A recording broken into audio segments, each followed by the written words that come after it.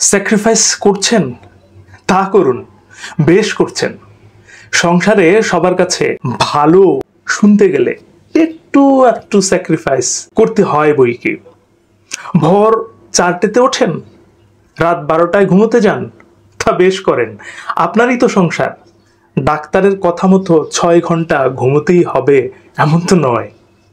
Breakfast খেতে খেতে বেলা গড়িয়ে দুপুর হয়ে যায়, তা যাক, আপনার তো দীর্ঘদিনের অভ্যেস, খিদে মরে গেছে তাই না? সে ঠিক আছে, আপনারই তো সংসার, সবাই কত আপন আপনার, তাদের জন্যই তো করছেন। অথবা নিজে ছেঁড়া জুতো আর পুরনো জামা পরে অফিস যান, টিফিনের টাকা বাঁচিয়ে রাখেন ছেলে মেয়ের জন্য, তা বেশ করেন। টিফিন না খেয়ে খেয়ে তো আপনার আর এখন খিদেই পায় না, তাই না?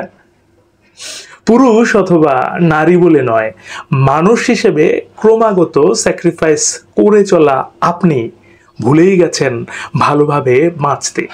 একটা টাইমে আপনার ঠিক সকাল 9টায় খিদে পেত, খেয়ে নিয়ে আপনার কাজ আপনি করতে পারতেন, তাতে রোগ ভোগ একটু হলেও কম হতো, এটুকুই। একজোড়া সস্তার জুতোর দাম বড় জোর 600 থেকে 700 টাকা। দিনের পর দিন ছেঁড়া জুতোর জন্য হীনমন্যতায় ভুগছেন। ওই সামান্য কটা টাকায় আপনার সংসারের হাল ফিরবে না, কিন্তু অফিসে ঢোকার সময় আপনার হীনমন্যতাটুকু কাটবে। আচ্ছা, আপনি যে স্যাক্রিফাইস করছেন সেটা আপনার সংসারের সবাই জানে, মানে তারা বোঝে আপনাকে? আচ্ছা, আপনার প্রয়োজনে তারা নিজের একটা শখও কি বিসর্জন দেবে, নাকি ভেবেই নিয়েছে ওই রকমই, ওর ভোর রাতে পাশবালিশ জড়িয়ে 1 ঘন্টা ঘুমোতে ইচ্ছে করে না, নাকি ভাবে এর নতুন জামা জুতো লাগে না, অফিস যেতে কিছুই লাগে না, নাকি এটা ভাবে এই কাজগুলোর দায়িত্ব শুধুই আপনার, বাকিরা কেন দায়িত্ব নেবে?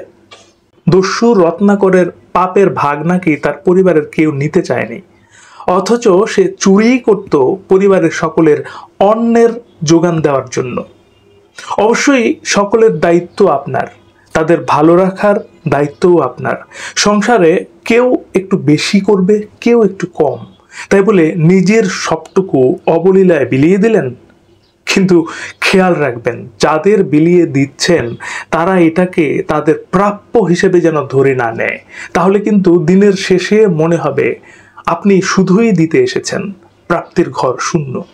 তাই আগে নিজেকে ভালোবাসুন, টাইমলি খাবার খান, সময় মতো ঘুমান। আপনারই তো সংসার, জেলখানা তো নয়।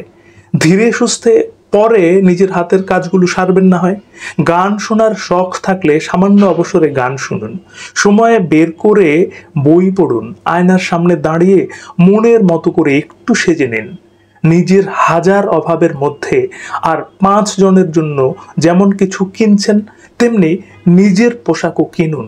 সবার সঙ্গে সঙ্গে আপনার বয়সও বাড়ছে, কমছে জীবনের রঙিন দিনের সংখ্যাগুলো। তাই একতরফা স্যাক্রিফাইস করবেন না, টেকেন ফর গ্রান্টেড হবেন না। নিজেকে মূল্য দিন, অন্যরাও আপনাকে মূল্য দেবে।